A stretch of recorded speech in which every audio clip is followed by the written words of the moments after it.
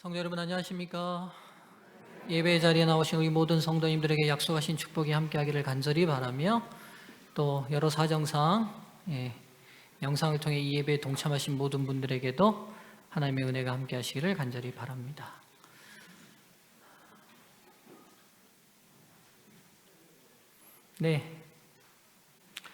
오늘은 반대로 가야 얻는 행복 6번째 시간입니다. 저는 계속 팔복을 강의하고 있습니다. 우리가 교독문을 통하여 팔복의 말씀을 함께 교독했지만 제가 다시 한번 팔복의 말씀을 봉독합니다. 심령이 가난한 자는 복이 있나니 천국이 그들의 것이며 애통하는 자는 복이 있나니 그들이 위로를 받을 것이며 온유한 자는 복이 있나니 그들이 땅을 기업으로 받을 것이며 의에 줄이고 목마른 자는 복이 있나니 그들이 배부를 것이며 긍휼히 여기는 자는 복이 있나니 그들이 긍휼히 여김을 받을 것이며 마음이 청결한 자는 복이 있나니 그들이 하나님을 볼 것이며 화평케 하는 자는 복이 있나니 그들이 하나님의 아들이라 일컬음을 받을 것이며 의를 위하여 박해를 받는 자는 복이 있나니 천국이 그들의 것임이라. 아멘. 오늘은 팔복의 6번째 복, 마음이 청결한 사람은 하나님을 보는 행복을 얻습니다. 이 8번째 복의 말씀을 가지고 함께 우리 하나님께서 저희에게 원하시는 뜻이 뭔지 발견해 보면 좋겠습니다. 이 유대인들은요, 외적인 청결에 대해 아주 지나칠 만큼 철저했습니다. 강박이 있을 만큼.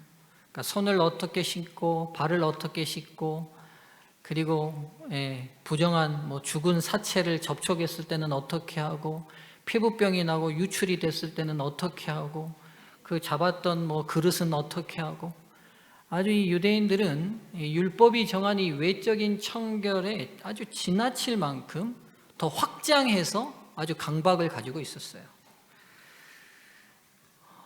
그래서 산상보훈에는 이렇게 기록되어 있습니다. 유대인들은 의식상 청결에 대해 지나치게 엄격하였기 때문에 규칙들이 대단히 번거로운 면을 가지고 있었다.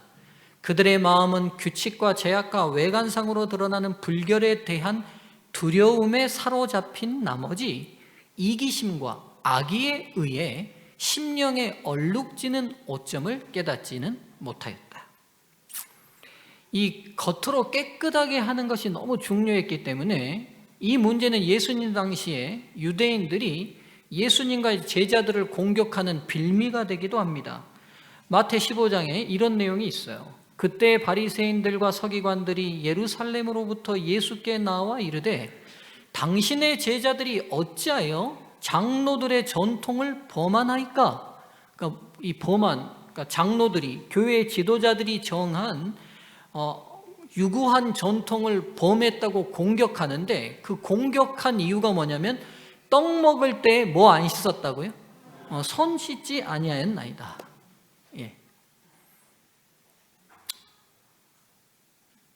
우리가 같이 밥 먹는데 손 좀 안 씻고 왔다고 막 교회 법을 어겼다고 막 이렇게 근데 여러분 우리가 지금은 웃을 일이지만 이 사람들은 굉장히 이 부분에 심각했던 것 같아요. 예수님이 여기에서 뭐라고 대답하시는지 한번 들어보세요. 3절 대답하여 이르시되 예수님의 말씀이세요. 너희는 어찌하여 너희의 전통으로 하나님의 계명을 범하느냐?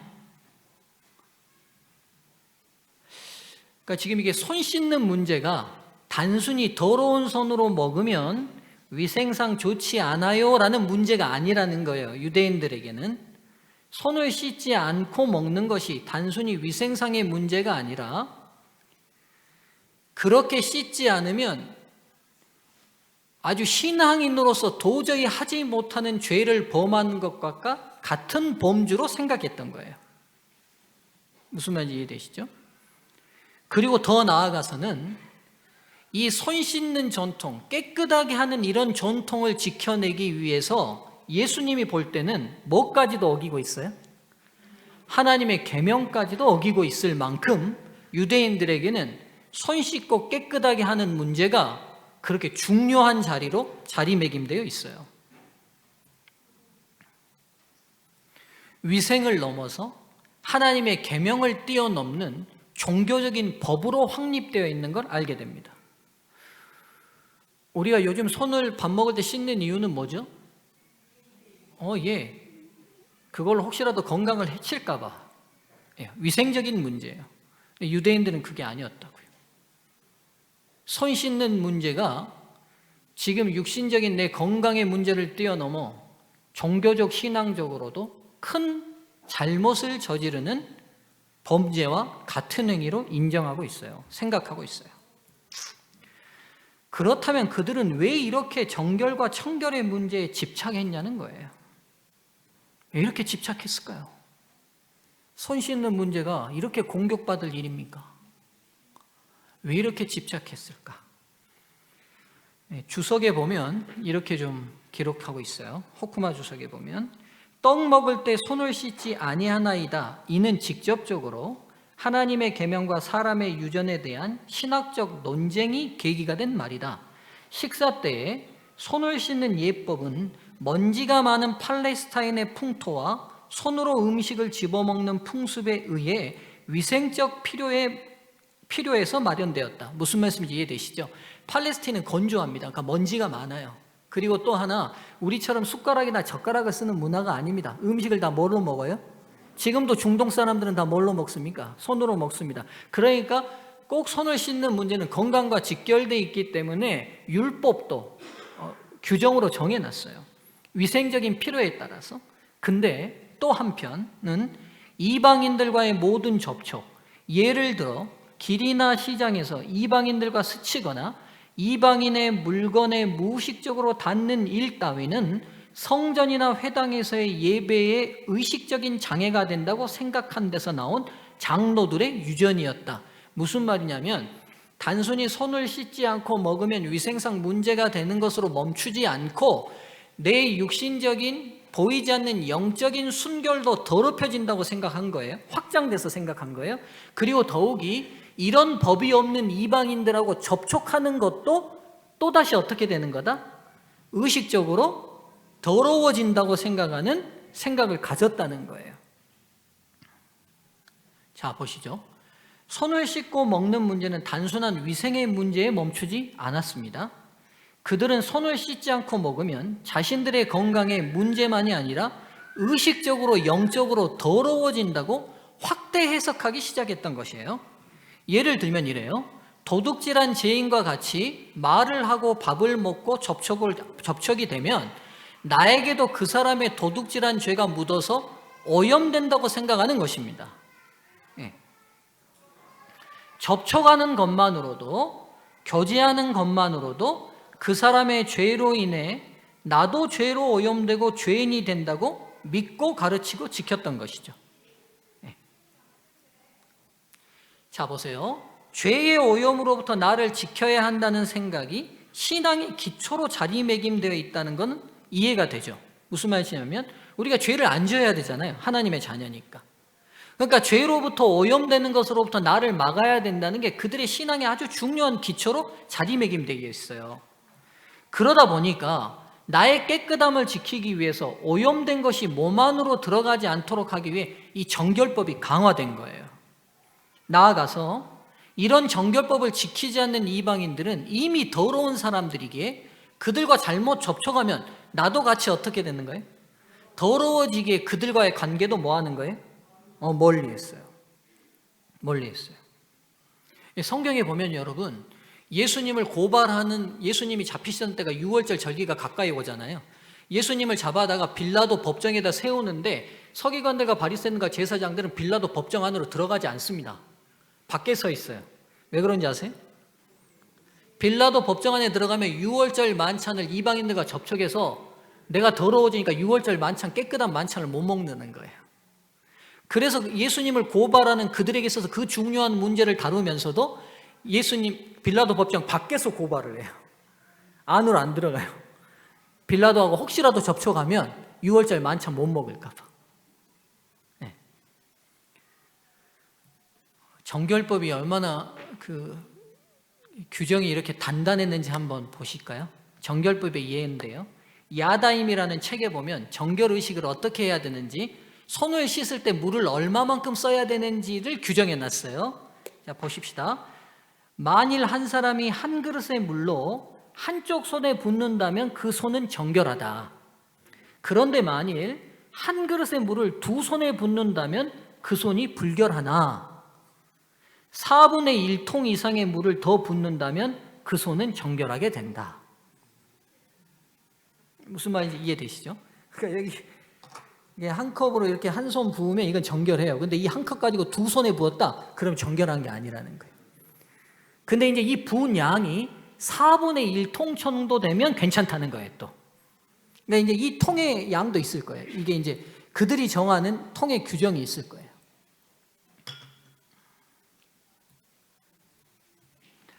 여러분, 이런 그들의 생각이 얼마나 어리석은지 한번 생각해 보시죠.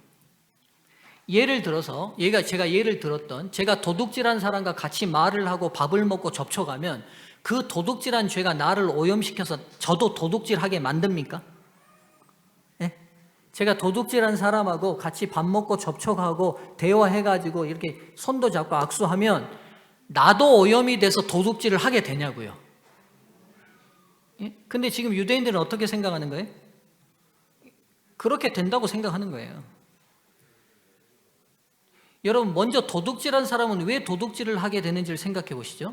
그의 마음속에 남의 것을 탐내는 뭐가 자리 잡았기 때문에 도둑질을 한 겁니까?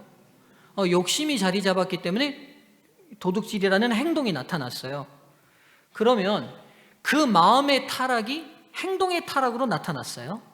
즉 비가시적 타락, 보이지 않는 마음의 타락이 가시적인 타락으로 나타나게 된 겁니다. 즉 행동의 타락, 즉 가시적 타락은 마음의 타락, 즉 비가시적 타락의 열매일 뿐입니다. 정리해 보면 이래요. 자, 도둑질은 어떻게 시작이 될 수 있냐면 이 도둑질이라는 행동은 마음에 탐심이 있어야 가능해요. 탐심 없이 도둑질하는 사람은 없어요. 맞죠? 이 도둑질은요, 행동이 타락한 거죠. 그리고 이건 가시적인 타락이에요. 눈에 보이는 타락이죠. 그리고 이건 결과일 뿐이에요. 어디서 시작된 결과예요? 마음의 타락에서 시작된 결과예요. 마음의 타락에서 시작된. 그리고 이 마음의 타락은 눈에 보여요, 안 보여요? 안 보여. 비가시적인 타락이에요. 그러나 이 비가시적인 타락이 원인이 되고 뿌리가 돼요. 그렇죠? 그럼 죄를 짓고 싶지 않는다면 어디를 강화해야 돼요? 예, 보이지 않는 비가시적인 타락을 강화해야 돼요. 이걸 어떻게 지킬까를 생각해야 되는데 유대인들의 정결법은 어디를 자꾸 생각해요? 가시적이고 행동의 타락을 막기 위해서 뭘 자꾸 규정을 늘려요? 행동의 규정을 늘려요. 행동의 규정을. 도둑질이라는 행동의 타락이 이루어지려면 탐심으로 마음의 타락이 이루어져야 합니다. 먹고 마시고 접촉하는 것을 통해 죄에 오염되는 것이 아니라 탐심이 마음을 타락하게 해야 죄에 오염되는 거예요. 그렇다면 아무리 도둑질하는 죄인과 먹고 마시고 접촉한다고 해도 내 마음이 탐심으로 타락하지 않는 이상 절대로 도둑질이라는 행동의 타락은 나타나지 않습니다. 즉 결코 물들지 않아요. 당연한 이치예요. 그렇죠? 오늘 어떤 죄가 있는 사람들과 우리가 그들과 접촉한다고 해가지고 우리가 죄된 행동을 하지 않아요. 우리 안에 그들이 저지른 죄의 행동과 관계없는 그들의 본질적 마음이 우리 마음 안에 들어와서 우리를 오염시키지 않는 이상 그들과 똑같은 행동을 하지 않습니다. 네, 똑같은 행동을 하지 않게 돼요. 그래서 예수님이 정리하신 삶의 본질은 마태복음 15장을 이런 공격을 받으시고 난 다음에 예수님께서 아주 명료하게 얘기하세요. 11절, 입으로 들어가는 것이 사람을 더럽게 하는 것이 아니라 입에서 나오는 그것이 사람을 더럽게 하는 것이니라. 신앙의 본질이에요. 입으로 들어가는 게 우리를 더럽게 하지 않아요. 어디서 나오는 게 우리를 더럽게 해요? 그래요. 무슨 말이에요? 이 마음이 타락돼 있으면 나오는 게 더러워질 수밖에 없어요. 17절, 입으로 들어가는 모든 것은 배로 들어가서 뒤로 내버리는 줄 알지 못하느냐? 입에서 나오는 것들은 마음에서 나오나니 이것이야말로 사람을 더럽게 하느니라. 마음에서 나오는 것은 악한 생각과 살인과 간음과 음란과 도적질과 거짓 증언과 비방이니 이런 것들이 사람을 더럽게 하는 것이요 씻지 않는 손으로 먹는 것은 사람을 더럽게 하지 못하느니라. 명료한 말씀이죠. 정작 죄로부터 우리를 정결하게 지키고 싶다면 바로 마음의 정결을 지켜야 합니다. 하나님의 백성이 죄된 세상에서 진정한 하나님의 백성으로 살기 위해서 마음의 청결이 가장 중요한 부분임을 저희가 다시 분명히 해야 합니다. 그렇다면 마음을 청결하게 한다는 것은 어떤 의미일까요? 단순히 마음에 죄를 짓지 않는 것일까요? 좀 어려운 질문이긴 합니다만 옆분들하고 좀 토의 한번 해보실까요? 여러분, 그렇다면 우리가 이 마음을 청결하게 지킨다는 건 도대체 어떤 의미인 것 같습니까? 그리고 어떻게 지킬 수 있을 것 같나요? 우리가 옆분들하고 한번 얘기를 나눠보시면 좋겠습니다.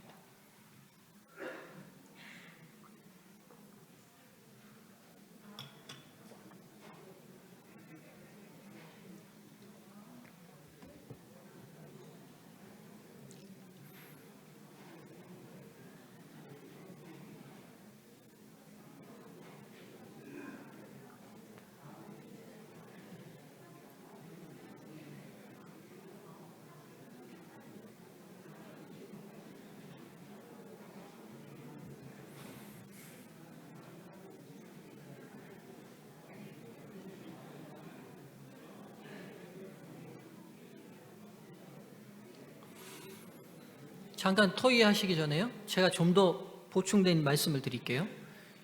유대인들은 바리새인들과 서기관들은 마음의 정결을 지켜야 된다는 걸 몰랐을까요? 왜 알았어요? 모르지 않았습니다. 율법이 계속 얘기하는 게 뭐냐면 너희의 심령을 자꾸 지키라는 거잖아요. 근데 왜 그들은 마음을 지켜야 되는데 외관을 그렇게 지키는데 구부러진 법을 자꾸 만들어 갈 수밖에 없었냐는 원인을 찾아보셔야 될 필요가 있을 것 같아요. 이게 마음을 진짜 지키는, 그러니까 그들은 마음을 지키기 위하여 바깥에서 들어오는 것을 깨끗하게 지켜냈어요. 근데 실상 그게 마음을 지켰어요? 마음을 도리어 더럽게 했어요. 더럽게 했어요. 그러니까 도대체 진짜 마음을 청결하게 지킨다는 거, 유지한다는 건 어떤 의미냐는 거예요. 우리가 이걸 생각해 봐야 될 것 같아요. 마음이 청결한 자가 하나님을 봅니다. 그럼 어떻게 해요? 마음을 어떻게 청결하게 유지할 거냐는 거예요. 여러분, 제가 볼 때는 재림교인들도 제가 어렸을 때 신앙하면서 봤던 많은 재림 성도들도, 그리고 저도 가끔 외부에 신앙 없는 사람들과 접촉하면 내가 물들까 봐 걱정돼가지고 접촉 안 했어요. 지금도 실은 그런 마음이 있어요. 근데 가만 생각해 보세요. 바리새인들이 지금 정하는 율법의 규정들과 우리가 죄 짓지 않고 마음의 청결을 유지하려고 지키는 방법들이 방법적에서는 제가 같지 않냐는 생각이 들어요. 세상과 접촉하지 마라. 근데 그게 유지가 되냐고요. 더 복잡해졌죠? 예. 제가 지금 이 본질을 지금 여러분과 다루려고 이 말씀을 전하는 거예요. 마음이 청결한 자는 하나님을 봅니다. 근데 어떻게 해요? 마음을 어떻게 청결히 유지해요? 예. 어떤 의미인지 좀 더 생각해 보시죠.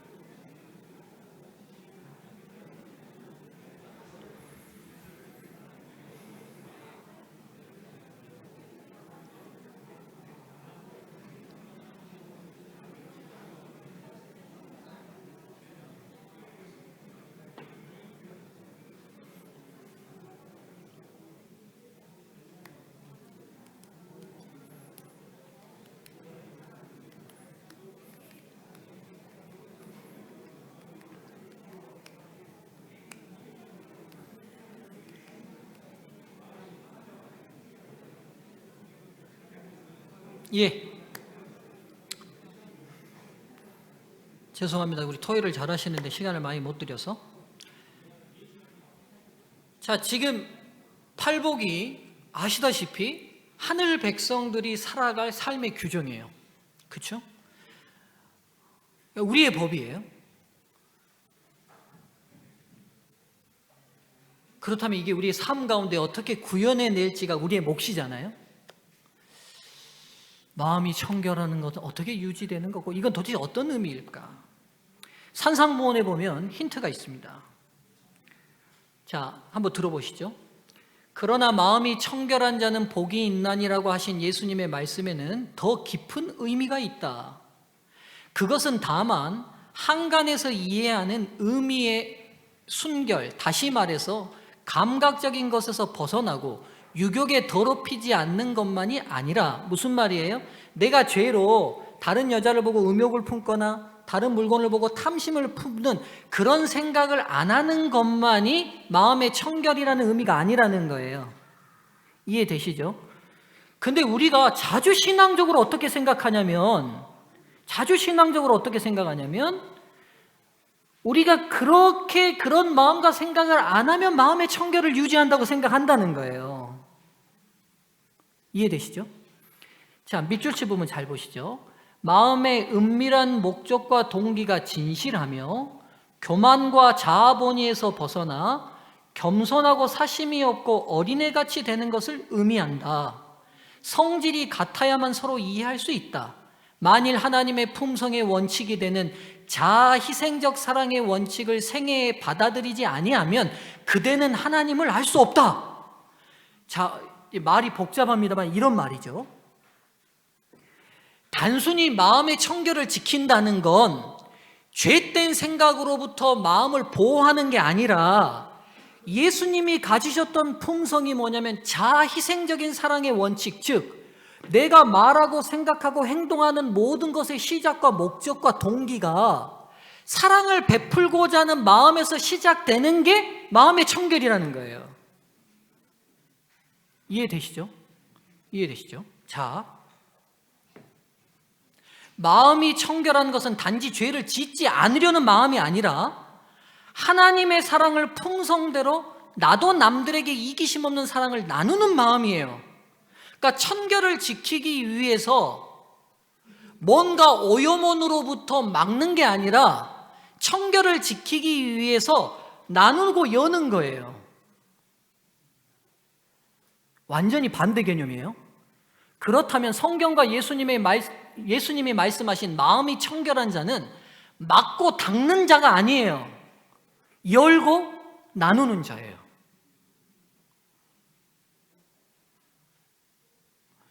여러분, 이거 본질적으로 신앙을 다시 생각하게 하는 개념이에요. 본질적으로. 제가 재림교인으로 나고 자라고 컸습니다. 우리가 얼마나 성품 변화에 대해서 집요한 교회인지는 이 교회 성도들은 다 알아요. 우리가 하늘 갈 때 뭐 가져갑니까? 품성 가져가요. 품성.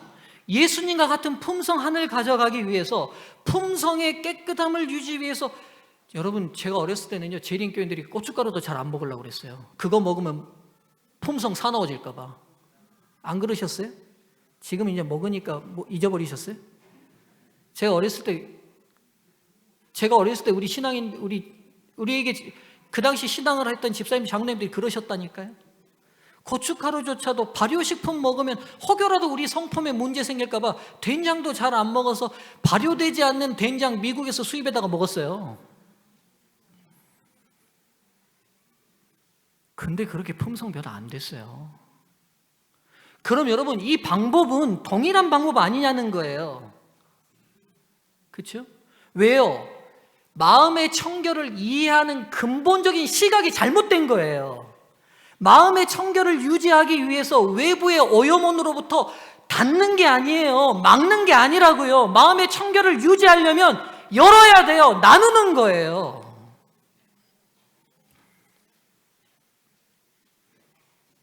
지키고 유지하는 방법은 두 가지가 있어요. 외부의 것이 들어오지 못하게 차단하는 방법이 있어요. 아시겠어요? 우리 코로나 터지니까 다 그러지 않으셨어요? 외부하고 다 단절됐잖아요. 그렇죠? 차단하는 방법이 있어요. 또 한편 무슨 방법이 있느냐? 외부와 개방해서 내부를 건강하게 만드는 방법이에요. 내부를 건강하게 만드는 방법이에요. 제가 한 그 소아과 의사의 강의를 들었는데 요즘 아이들이 왜 질병이 많느냐, 그 의사는 이렇게 말하는 거예요. 흙바닥 놀이터가 없어지면서부터 더 심해졌다는 거예요. 요즘 아파트에 놀이터 다 무슨 바닥이에요? 콘크리트나 아니면 이렇게 폭신폭신한 폼이에요. 그렇죠? 그러니까 그 안에 미생물들이 살아요, 못 살아요? 못 살아요. 못 살아요. 그러면서 독일 교육을 보여주는데 유치원생들이 전부 다 흙을 가지고 놀게 만들어요. 흙을 가지고 놀도록. 외부와 완전히 개방해서 아이들이 그 안에서 내면의 면역체계가 강해지도록 키우는 방법을 택했고, 우리는 깨끗한 환경을 만들어서 외부하고 닫아야 된다고 키운 거예요. 누가 현명했는지는 병원 가서 항생제를 먹는 수를 보면 알아요. 영적 원리도 동일해요. 영적 원리도 동일하다고요. 죄 짓지 않고 싶으세요? 그래서 누구를 안 만나실 거예요? 닫을 거예요? 아니요, 여러분. 인간은 이미 안이 부패되어 있기 때문에 닫는 순간 안에서 또 썩어요. 제가 이 교회에서 나고 자라고 크면서 시골 생활 하시고 품성 변화하겠다고 세상과 단절되는 많은 분들 봤지만 그분들이 더 사나워요. 더 사나워요. 오해하지는 마세요. 제가 시골 생활을 비판하는 게 아니에요. 지금 근본적인 신앙적 사고를 얘기하는 거예요. 지키고 싶으면 여는 거예요. 지키고 싶으면 나누는 거예요. 지키고 싶으면 오픈해야 되는 거예요. 제가 이렇게 강하게 설교하는 이유는 실은 저부터도 잘 열어지지가 않아서 그래요.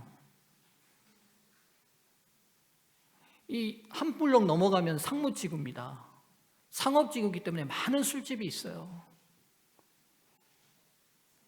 제가 밤에 그 지역을 한 번이라도 가봤을까요? 안 가봤을까요? 제가 발붙일 땅이 아니라는 곳이라고 생각해요.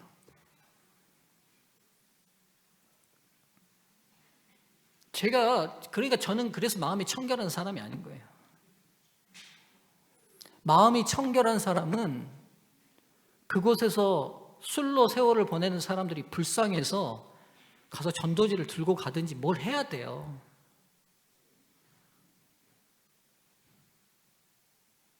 그래서 여러분 제발 부탁인데 사회생활을 끊지 마십시오. 교회의 이름으로 봉사단체를 안 만들어도 괜찮아요. 여러분이 있는 곳에서 라이온스 클럽에 있는 봉사단체든 들어가셔서 활동하세요. 녹아서서 활동하세요. 녹여져서. 그곳에서. 여러분과 재림교인이 들어가면 불편해요. 그 사람들과 문화가 다르니까 저희는 술도 안 먹겠습니다. 회식하는데 돼지 삼겹살도 안 먹겠습니다. 이러니까 불편하죠. 그러나 여러분 시간이 지나 보면 우리의 진가를 알게 되잖아요. 정직하고 성실한 사람들이라.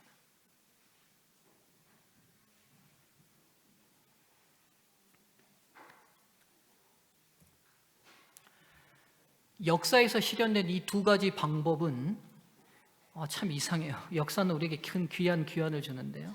로마인 이야기 제10권 21쪽에 보면 이런 기록이 있어요. 기원전 3세기는 우연히도 지구의 동쪽과 서쪽에서 대규모 토목 사업이 시작된 시대이기도 하다.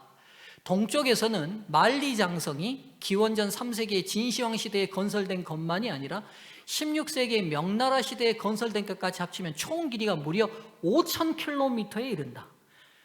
그러니까 당시 동쪽에서 가장 큰 나라였던 중국은 중화를 지켜내기 위해서 성을 끊임없이 쌓았어요. 성을. 여러분 만리장성 가셔서 보신 분들 알잖아요. 그 산 위에다가 어떻게 성을 쌓았는지도 놀라울 만큼 성을 쌓았잖아요. 무려 얼마를 쌓았다고요? 5,000km요. 여러분 부산에서 서울까지가 500km가 안 됩니다. 여수에서 서울까지가 440km입니다. 440km예요. 넘어요? 염장로님? 네, 감사합니다. 넘는답니다. 잘못된 거 바로바로 얘기해 주세요. 제가 또 거짓말하면 안 되니까. 넘는데요. 얼마입니까 정확히 염장로님? 500. 예? 550 정도 됩니까? 530? 하여튼 500 된다고 치면 서울과 부산을 왕복 5번 하는 거리만큼 성을 쌓은 거예요. 기중기가 있었습니까? 트랙터가 있었습니까? 도구가 뭐가 있습니까? 오직 사람들의 힘으로 그렇게 쌓았어요. 뭘 지켜내려고요? 본인들을 지켜내려고요. 반면에요, 그 비슷한 시기에 서쪽에서는 무슨 일이 있었냐? 서쪽에서는 로마 가도, 기원전 3세기부터 서기 2세기까지 500년 동안 로마인이 건설한 도로의 총 길이는 간선 도로만도 8만 킬로미터, 지선 도로까지 합치면 무려 15만 킬로미터에 이르렀다. 여러분, 로마는요, 조그마한 도시국가에서 시작됐는데 놀랍게도 성벽을 쌓지 않은 나라입니다.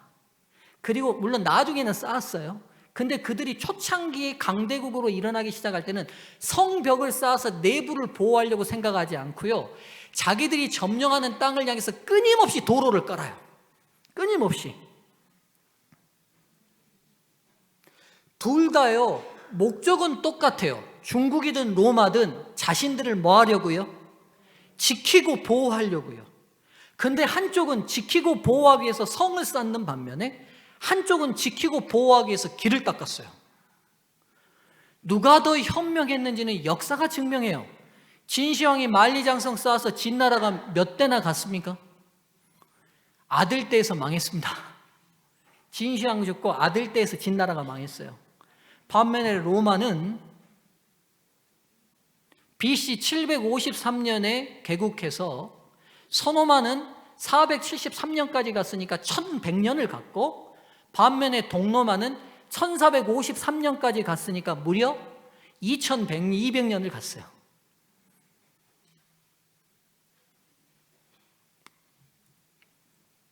동일한 상황의 다른 대처. 성을 쌓는 중국인, 길을 닦는 로마인.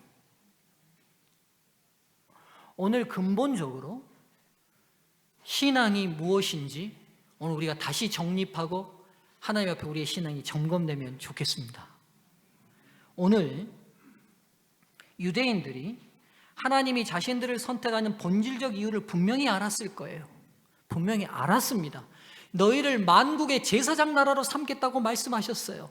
제사장 나라가 뭡니까? 하나님과 세상을 연결하는 사람들 아닙니까? 너희를 만국의 장자로 세웠다고 하나님이 분명히 말했으니까 나머지 모든 처자와 자녀들을 하나님 아버지께로 인도하는 일이 장자의 임무 아니겠어요? 그들이 왜 몰랐겠어요? 알았습니다.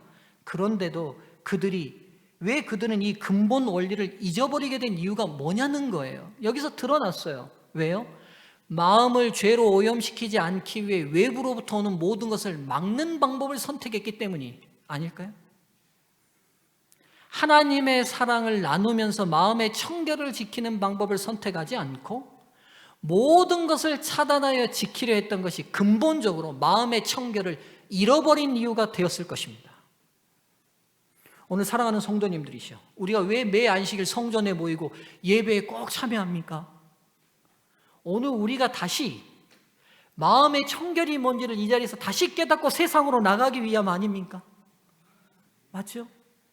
우리가 받은 하나님의 사랑을 지켜내기 위해서 외부와 단절하려고 살려고 이 예배에 온 게 아니라 우리가 받은 하나님의 사랑을 열고 나누고 베푸는 한 주가 되게 하기 위하여 이 예배의 자리에 나오시는 거 아닙니까? 진정 지켜야 할 것은 잃어버린 채 껍데기를 지키는 신앙인이 바로 바리새인과 서기관들이 되었습니다.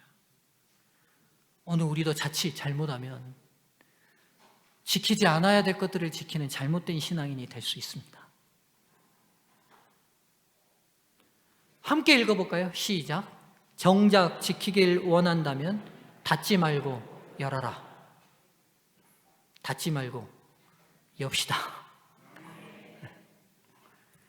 오늘의 말씀을 새깁니다. 4가지로 정리할게요.